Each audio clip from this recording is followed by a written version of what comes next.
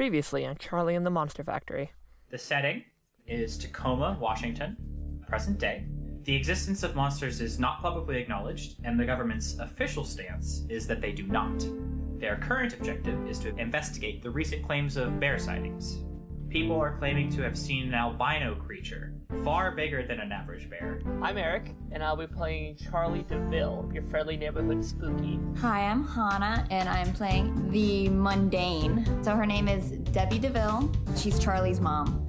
Yes, I'm John, and I'm playing a divine character. So they just go by Alex. I am Teah. I am playing Robin Reeves, who is a Flake. I am Aubrey, and I am playing Agent Hawk, playing the professional playbook that works for Ghostbusters, which is government handlers of slaughtering titans, because unanimously such titans eradicate regular sapiens.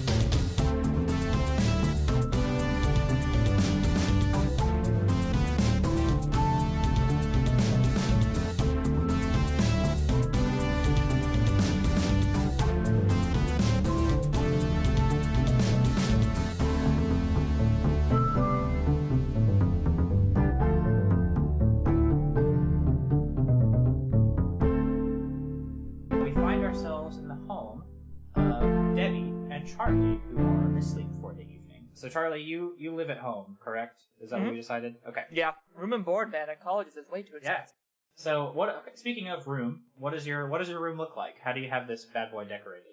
Okay, so the center of Charlie's room is going to be his desk. He is going to have, being a programmer, probably his computer is going to be his main focus at this thing. He's going to have like a PC he built himself. He's going to have a ultra widescreen monitor, you know. Everything's RGB, because everything runs so much better when it's RGB. And then across hanging up, he's going to have various comic book, kind of like the wooden panel comic book posters, or comic book covers, that's like around the boards, and yeah, and just a generally very, for lack of a better term, nerdy kind of setting, or a lot of decoration, that sort of thing. Has like a shelf of all of his amiibos and everything. Oh, of course, yes. Has a Switch and everything hooked up. And yeah, that's how Charlie's room's gonna be. Cool. So I did ask you to describe Charlie's room, not your own room, but you know. Yeah, I was about to say, like earlier, like, oh yeah, nice research, Eric. But then this one, it's like, nah, Eric's just looking a big around. nerd. Yeah, Like, he knows Eric's stuff. just looking around the room. Like, That- what is in here? Oh, amiibos. I do have an Avengers comic book wooden panel in the upper right hand that I use. Like, yeah, that's what he has. Okay, so that's your room. Debbie, how do you keep your house decorated?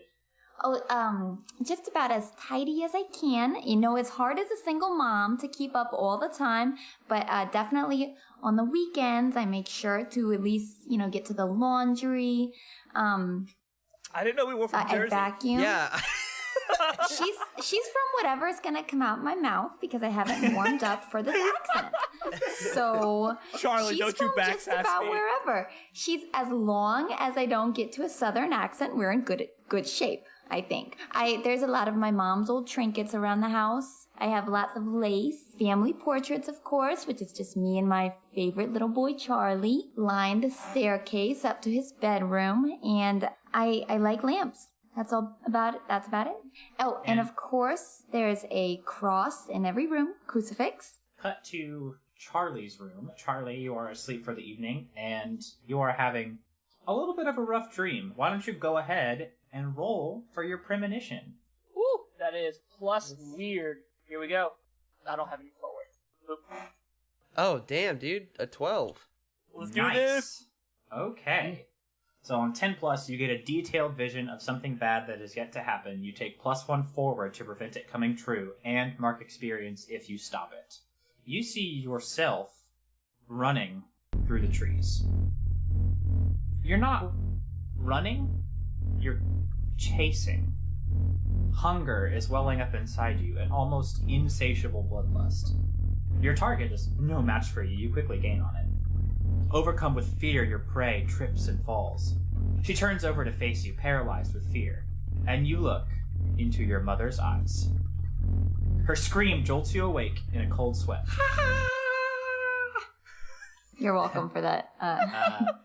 Yes. Charlie, you've been dreaming again. And although dreaming doesn't really quite describe the sensation.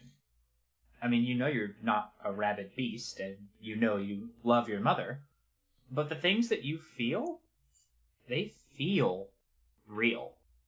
I have a question. How much experience does Charlie have of his dark side at this point? Does it, like, come out relatively often? This is something that you can establish with Alex, who's been kind of watching over you, or if Hawk has been making checkups. Like, do you feel that this is something that's starting to build, or do you feel like this is something you've been dealing with for a long time? I think it's something he's been dealing with for a long time. Because, like, why else would Debbie and Alex be involved if Charlie hasn't been able to control this? He's just been going into this dark side kind of mode. That's how I would kind of think of it. Do you guys have any objections?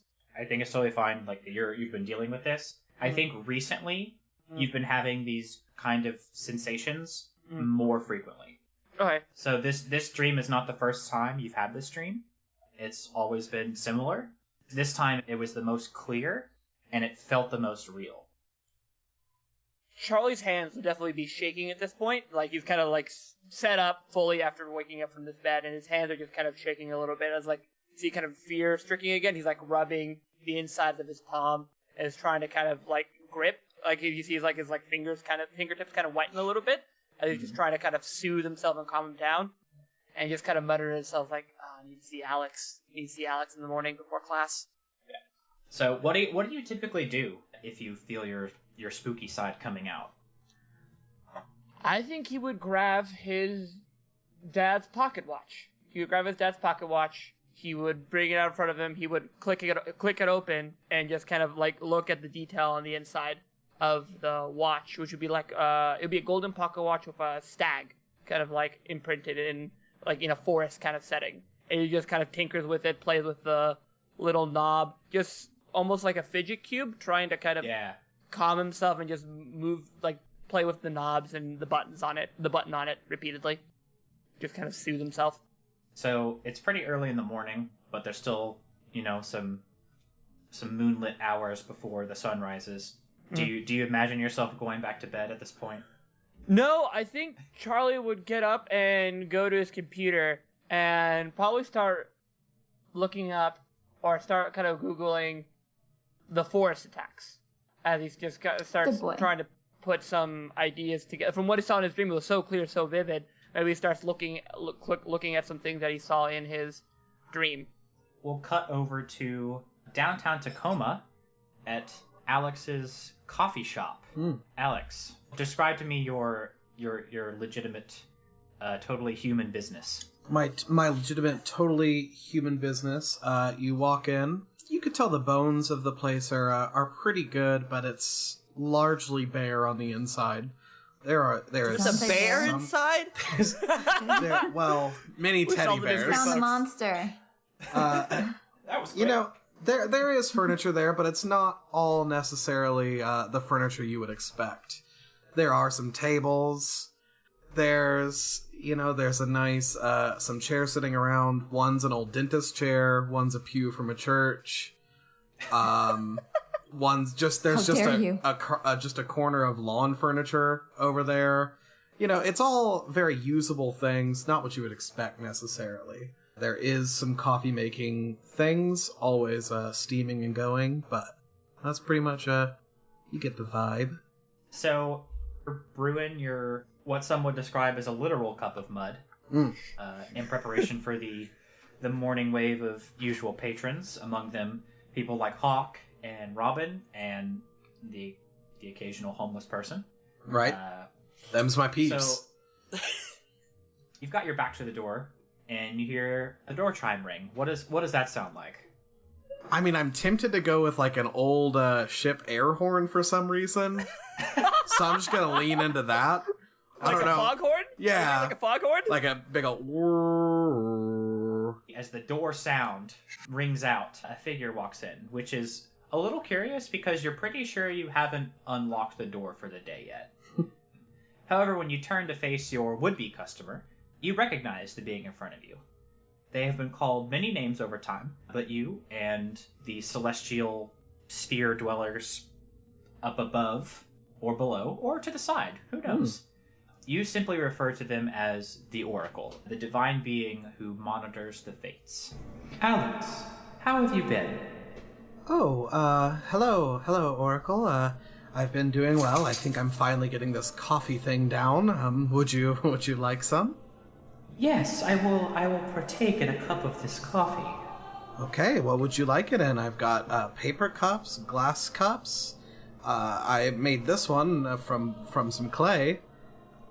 The choice is yours. The clay, did you put it in a kiln, perhaps? I'm sorry, what was that? The clay one, did you fire it and make it a suitable... Oh, it's doing a good job. Why would I fire it? I'll tell you what, why don't you just give me a paper... Paper it is. Yes, paper cup, please, thank you. Yes, thank you. And Of course. the Oracle politely takes a sip, and you imagine that if the Oracle could taste, they'd be disappointed, but they hide it very well. I'm used to it. Yes, well, Alex, something is happening. I wish I could tell you more, but all I know is that the fates is shifting, let's say. I'm keeping a close eye, but I need you to know that something is happening. You and Charlie, and there are others as well. I cannot say who or why or how, but you all have a much bigger part to play in the things to come. I just wanted to give you a warning that I've never felt anything like this before, and I wish I could give you more information, but I need you to know that there may come a point at which you will have to make a difficult decision, and there may come a point when more than you and Charlie and those around you are in danger. This decision that you make in the face of this adversity will ultimately shape the direction of fate, and for all of our sake, I pray that you make the right choice. I'll be watching, and I'll support you any way I can, but trials are coming, Alex, and I just need you to prepare yourself. Okie dokie. Yes, well, I really wish that would have been far less cryptic, but unfortunately the nature of my work up above or to the side, who really knows at this point, Right. Is a little mysterious, but the fates are not pleased, Alex. You just take care, okay? Will do, oh man, will do. Clearly disgruntled for not being able to explain themselves better, the Oracle turns and opens the door, and as they cross the threshold of your shop, they fade out of existence. What do you do? First of all, Alex is very pleased with how the sort of service went. Alex feels like they're really starting to get this down, although they do remember that they were supposed to ask for money. But that's, live and learn. Alex goes back behind the counter again. I think we're probably going to give a call to Charlie, because we got to check up on him. How does the conversation between Alex and Charlie unfold? I guess I have to speak, huh? I don't think actually Charlie would pick up. I think he's currently, what are you calling? Would it be first thing in the morning? Yeah. I think Charlie would probably be getting making coffee for his mom, because he has to take coffee to a coffee shop where there's no coffee actually being made, and it's probably on the bus with probably pretty bad service, is what I kind of imagine. Fair enough. Charlie doesn't want to talk to you, Alex, so... Hawk, as part of your routine this morning, before you go out and make your rounds, you are called to a update meeting about the current state of the Ghostbusters investigation of the mysterious claims of bear sightings. So leading the meeting is Commander Lawrence Pike. So Lawrence is a former Navy commander who was assigned to lead the Ghostbusters operations at Fort Steilacoom. He's mid to older 50s. He's got that high and tight hair, always clean and pressed. After updating you on the state of affairs, he pulls you aside after the meeting, and he says, "Hey, Hawk, come here a second. Yeah, boss? Listen, I know that we've ruled some of these sightings out. People wanting their moment in the spotlight or whatever. but it looks like we've still got some progress to make. Now, how are your, how's that, what's his, Charlie, how's he doing? Charlie's a good kid. He's making all A's in his classes, so that's pretty good. You know what I'm talking about, Hawk. How is the spooky side? What's going on? He keeps to himself. Doesn't post anything on the internet, which is good. Hasn't killed his mother, also good. Hasn't burned down Tacoma, also good. All right, he's Hawk, doing fine. listen. He's doing fine, Pike. I'm much more worried about the other, 12 things on my roster that I gotta do. The boy's Hawk, doing fine. I'm just saying, there's a lot of factors here at play, and I know you like the boy, and I appreciate what you've done for him, but don't let that affect your judgment when the time comes. You can look at my rap sheet, everything else. If something goes wrong, like wrong, I'll make sure that he gets it here, and we will figure it out and make sure nothing bad happens. You know I take my job seriously, Pike. You know that.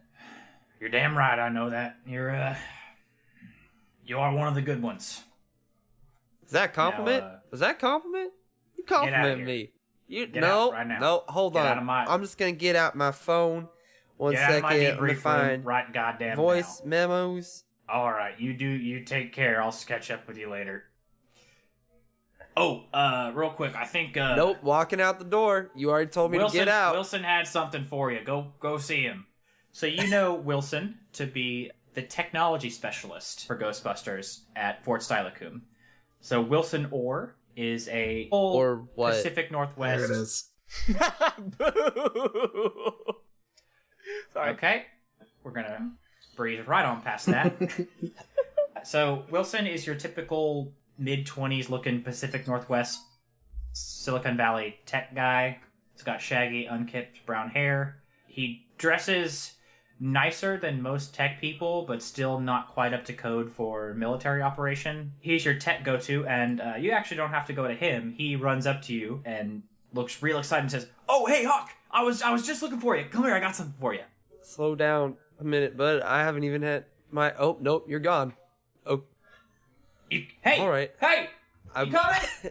Yeah, I walk my normal pace all the way down to wherever Wilson is, ignoring his screams at me.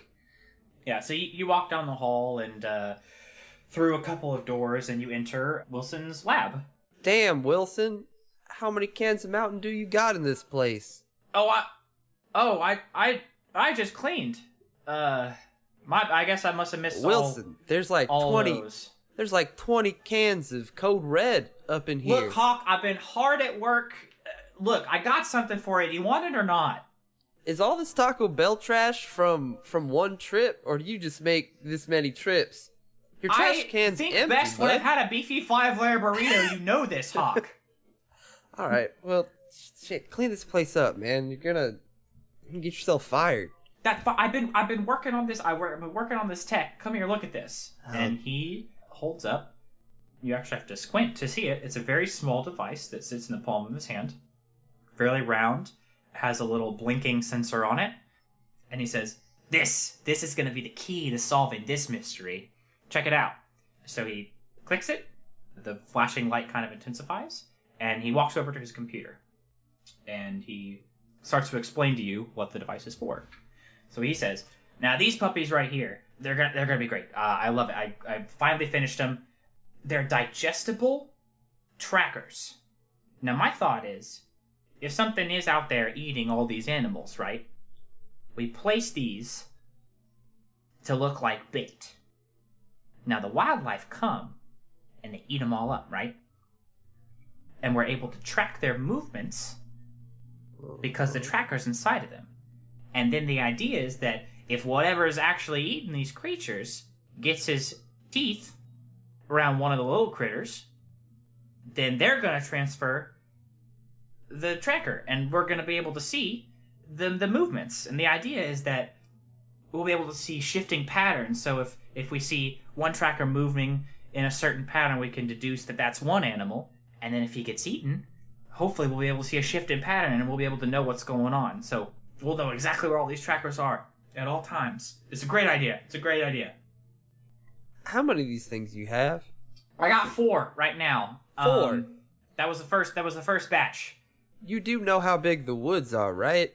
They're big, Hawk, bud. You're a government agent, just like me. We don't have a lot of funding to work with, you know that, but this is what I got for you, and I think it's going to be great, and it's a start, right? Hopefully it's a start, not an end, because there's only 4. Wilson, I can't. You just want me to just sprinkle them randomly in the forest and hope that the 4 squirrels that eat them? So he switches over to another computer monitor and he pulls up some reports and he says, so there have been 4 major hotspots that people have claimed to have seen this beast around, and some of them we've actually seen an uptick of strange activity. So the idea is that we can put 1 in strategic locations in each of these 4 areas and monitor them from there. It might take some time and we'll have to do some more digging, but I think this should get us on the right foot. So we can need to take 1 to the Puget Creek Natural Area. That's in the north end. We need to put 1 in the South Puget Sound Wildlife Area. That's just northeast of here. You know that. There's Spanaway Lake Park. That's just south of Parkland. I figure you could go over there if you're visiting Charlie.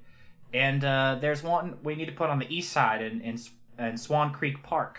Those are 4 of the biggest parks in the area, and I think if we have these there, it's really going to make a huge difference.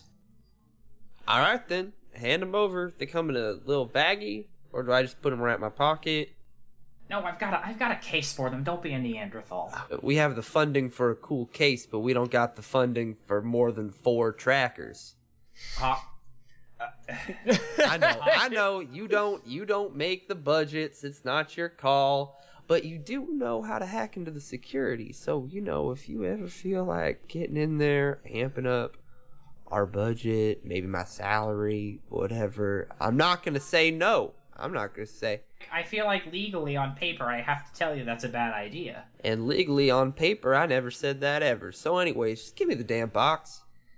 All right, make sure you check back with me, and I'll keep updating you on the trackers' locations. Yeah, get this place. Hey, one more question. Why do you button your shirt all the way up through the top button when you don't wear a tie? Clearly, I button mine up because I wear a tie. It's part of the suit. But, like, you and your generation, I don't get that. Don't it choke you? No, I have a skinny neck. It's not really a big deal. Yeah, but, like, not all of y'all got skinny necks. I see little chubby boys walking around with their beards and, like, got it buttoned up all the way to the top. Don't make no sense to me. Well, anyways, to be honest, Hawk, I walked into an H&M on accident, and I had such social anxiety that I accidentally bought a shirt, and this is how they told me to wear it. Anyways, I'll let you get back to your internet friends, and I'll go see if I can, put some trackers in some animals. All right, thanks, Hawk. I'll keep you updated. Hey, does it? I'm walking away. I'm out the door. Does it look Goodbye. bad? I'm just. See you later, Wilson. Hawk? I'm gone. Hawk! All right, you walk out to conduct your normal business. Robin, did you have a beginning of the mystery move? Yeah, I do. Okay, why don't you go ahead and give me that right now? Okay, I'm supposed to roll sharp. Damn. Oh! Man, we're starting off so well. Woo! All right. We're going to know everything about here, this. folks. Yeah. So, for the Flake's beginning mystery move, at the beginning of each mystery, if you look for the wider patterns that current events might be a part of, roll plus sharp. On a 10 plus, hold 3, and on a 7 and 9, hold 1. Spin your hold during the mystery to ask the keeper any one of the following questions. Is this person connected to current events more than they are saying? When and where will the next critical event occur? What does the monster want from this person? Is this connected to previous mysteries we have investigated? Or how does this mystery connect to the bigger picture? So you now have 3 holds that you can spend, 1 for 1, to ask those questions. So all of you kind of do your normal morning routine. So how many of you end up at Oh, hey, most important question. What is your coffee shop called? Oh, Coffee.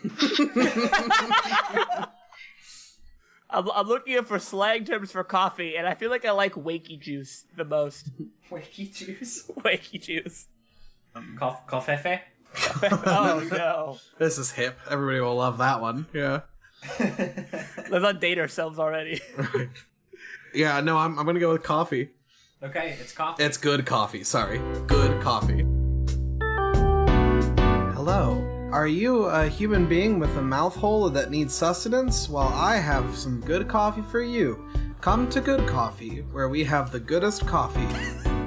Coffee. Yo, Alex, you gotta give them the address so they know where it is. Come to the place that says Good Coffee at 111 Street Road. You all, through one way or another, end up at Good Coffee. So, Charlie, I imagine, since you go straight there before doing anything in the morning, you'll probably get there first? Yeah. Charlie's kind of like walking in, he hears the foghorn, he's just kind of used to it at this point. Alex, you know, I'm looking at his Yelp review, they don't actually want bean juice. How did you get that out of a coffee bean? No such. How did you get bean juice out of a coffee bean? Well, I had to supplement some of the bean juice with, black beans.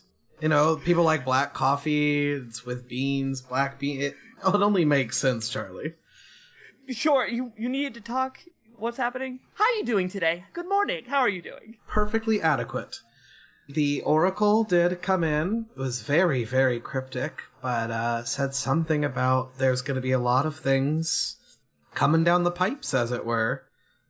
Charlie starts to relay his premonition he got last night. Then, like, all the details, and, like, he's getting freaked out again. He's starting to also, like, try to... Pulls out his pocket watch again, is trying to kind of fiddle with it to keep himself calm, and that sort of thing. Okay, so, Robin, I imagine you're probably already in the corner, just kind of listening to all this. How do you react to that?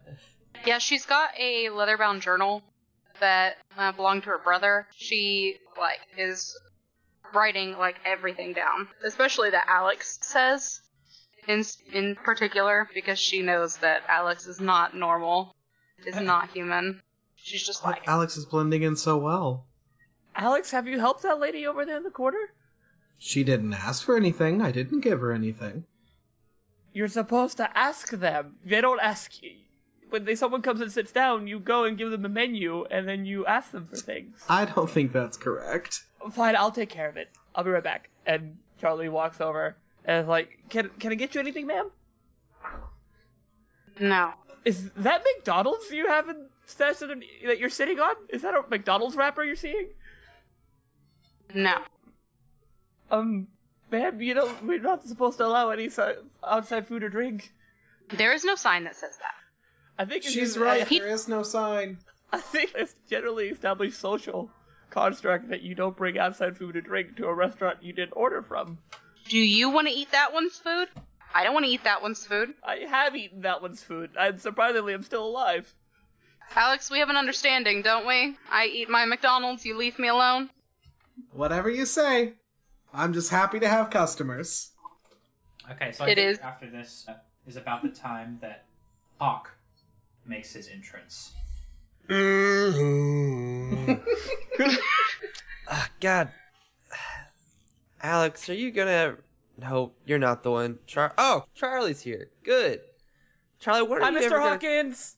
Yeah, it's just Agent Hawk. That's what I prefer. But thank you, Mr. Deville, I guess. When are you going to talk Alex out of getting that foghorn? Get a real bell for this place. I've been trying for years. Just get a real bell, Alex. Just get a real bell, man. I was thinking people really like cats. Maybe it can make a cat noise when people walk in. Charlie, since you're here, I actually got I'm glad I was going to go over to your place later after you're done with school, but since you're not at school this morning, I guess I can talk to you right here. Mm-hmm. Yeah, how about... Not that Alex won't listen in anyways, and there's no stopping Robin. I don't know what... She's got ears.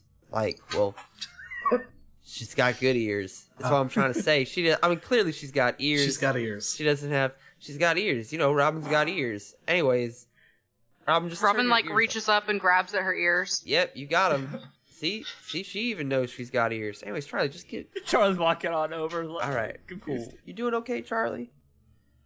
Well, there's something I should probably tell you about. And since she already knows, might as well just let it all out in the open. And he retells his premonition from earlier. Yeah. Okay.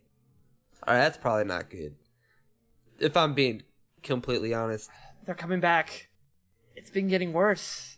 I haven't lost control yet. I've been able to, with the meditative techniques that Alex has been teaching me, I've been able to kind of keep it under control. But so far, I'm getting scared. You're definitely in the woods in this dream, right? Yes. Definitely 100% in the woods. I tried looking up and just trying to look at the types of trees that I was seeing in my dream, and hopefully maybe I can find a area that they grew around Tacoma, but I couldn't find anything. I mean, you're a computer geek, not a tree geek, so I'm guessing you don't know the exact type of tree that you were running through. No, I guess I can go to the botany and microbiology department on campus and see what they know. That'll work. You could also... Look, if you just describe the tree, I might get one of the squints over at the good old fort to figure out what kind of trees it is, and I can go check that out. That'd probably be the best. Keeper, what kind of tree was it? You don't know off the top of your head? Can I give a description? Would I know to give a description, since it was very clear premonition? I mean, it was clear to you, but because it was a dream, like, if you saw it, you recognize it, but it's something you're having trouble verbalizing. Okay. I just can't get the word. It's just on the tip of my tongue. I'm sure if I went around to some of the different forests around here, I could definitely pick it out. Are you sure you can't try one more time? I just want to make sure that you really can't describe what a tree is to me, Charlie. I mean, I can describe what a tree is, just not anything that would eliminate any possibilities of which forest it would be in. Were they tall or short?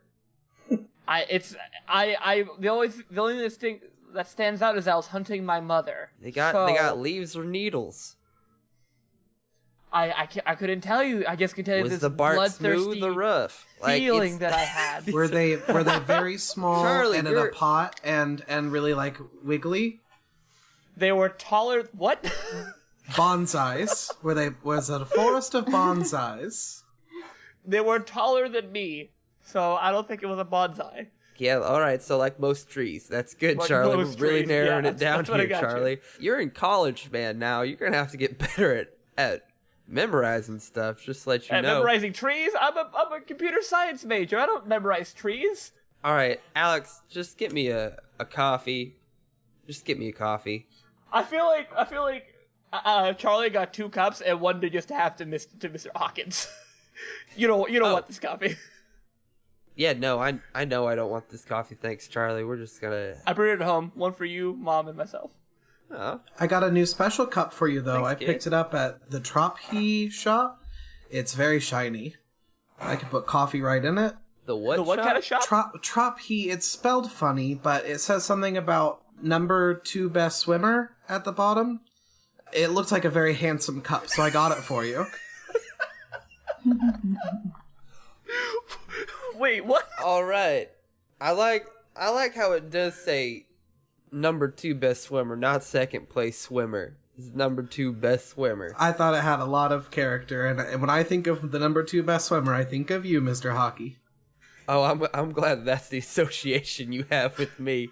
I reluctantly take the trophy and I pour a little bit of the coffee into it that Charlie gave me, and I take a sip. I'm like, the cup adds a lot of flavor to it. Alex is just beaming at this, just so proud. Just so proud of how they've done.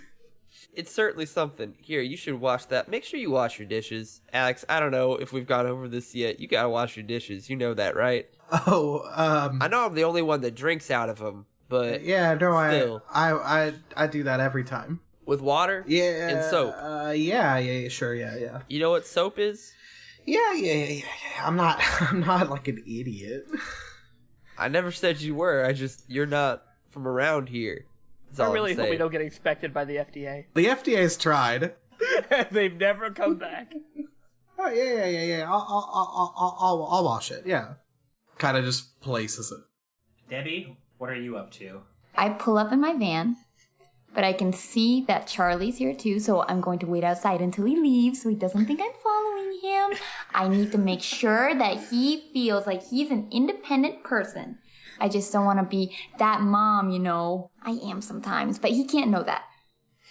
Charlie has like a late morning class after like telling Mr. Hawkins of his premonition and Alex. He probably heads off and goes to class. Hey, wait, Charlie, before you... Shit. What's up? Charlie, is this class important today? I mean, they're all important, sir. Nah, you know what I mean. I mean, he doesn't take attendance if that's what you're asking. That's what I'm asking. Is there attendance policy where you're not treated like an adult, so if you don't show up, you fail the class kind of thing, or... No, but I kind of have a scholarship that I have to maintain a certain GPA for. I shouldn't be making a habit out of missing class. I'm not asking you to quit school altogether, Charlie. I'm just asking if this one class, if you could skip this one class today. That's what I'm asking you. Okay. Look, I'm not really worried about you so much, but maybe we should check out these trees, and since for some reason you can't describe to me what kind of tree it was, I will need you to come with me and check out these trees. I can write you an official note. It's real cool when the government's like, hey, he wasn't in class today because he was on a secret mission or something like that. Well, not a secret mission. Would be lovely. Thank you, Mr. Hawkins. Yeah, I'll get you a note. It may be a forgery of your doctor, so you may have to fake a little bit of sickness, but altogether I think it's going to be all right. Gotcha. I can come with something. Well, Debbie's just sitting outside the car for hours. Heavy breathing. I think that at that point, I mean, the only person I would need to take is Charlie. Well, Alex is kind of like my guardian angel. It would be nice if he came along. And Robin's just going to follow us anyways, so might as well just officially invite her. Yeah, that's a good point. Robin is going to somehow end up in the trunk of my car without me figuring out how she does it. Would it be alright if I rode in the back seat this time? Yeah, I mean, that's really up to you. I've never actually invited you into my vehicle. You've just found your way into it. You got an extra... The trunk is very cramped. Yeah, I have a lot of guns in there. So, yeah. Of course it's all cramped. And, like, grenades and stuff. Robin, I got a lot of explosives in there. I do fear for my life when I'm back there, yes. One of those grenades actually ended up in my bag. I don't know if you noticed. No, I can give it back if I need to. I don't think you understand how much I love my grenades. Like, it's... A name for each one, kisses them goodnight every night. Hey, we just name each one and just in increasing order. They're actually all named Robert, and that's Robert 275. I would appreciate if you gave me Robert 275 back. Jeez, don't hold it by the pin, Robin. I've got it tied together with zip ties. Okay, it's not gonna come off. Look.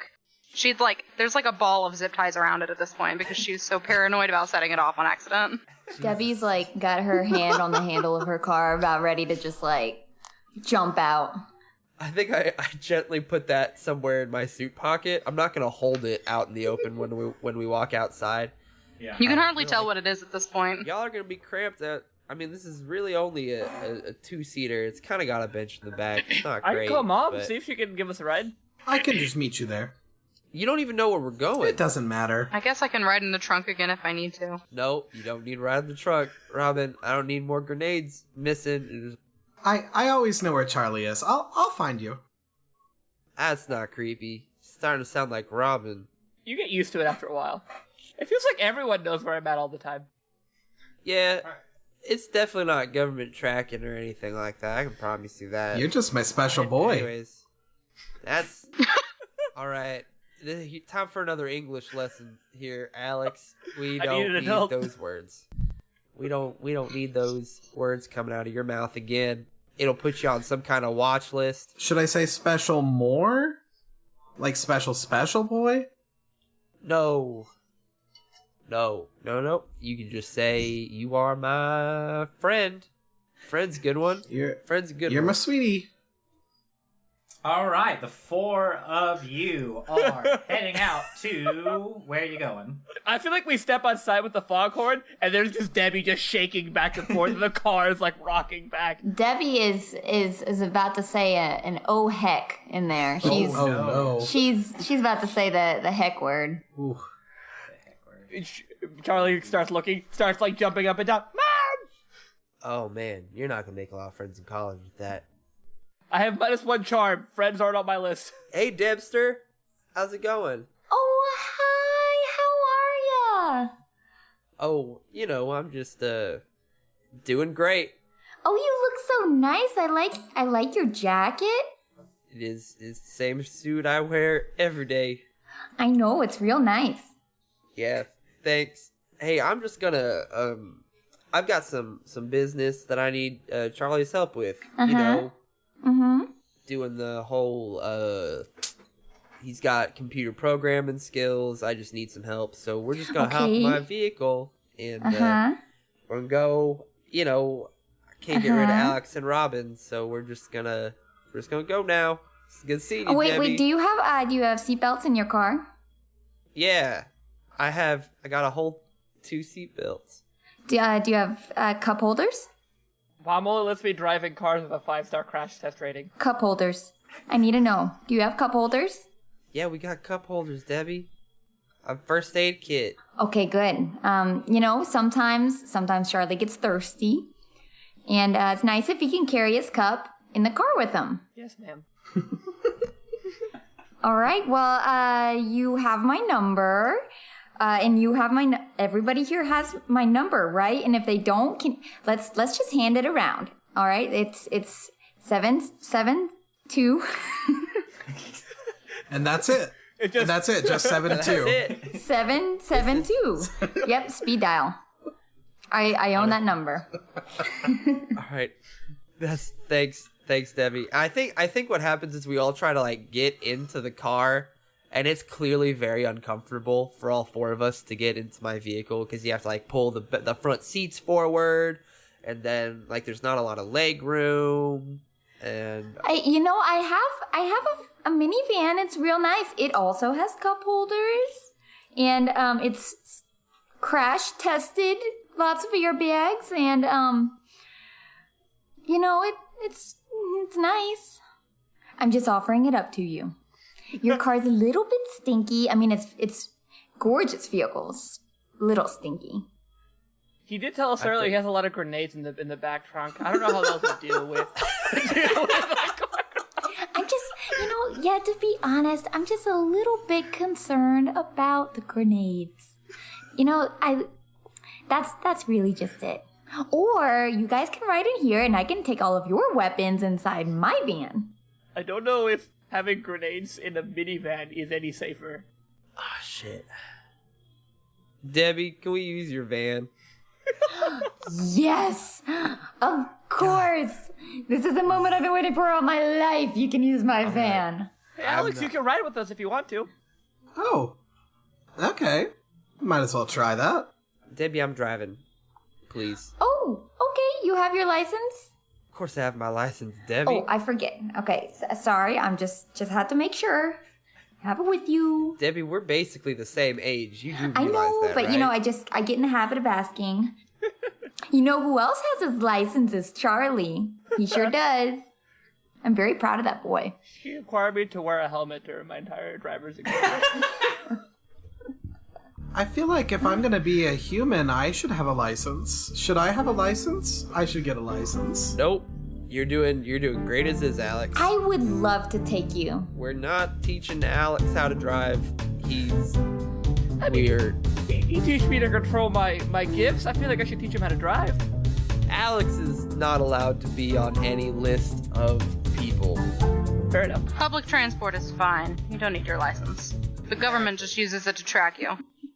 You know what? I wish I could deny that. Anyways, we're off. Putting it in drive.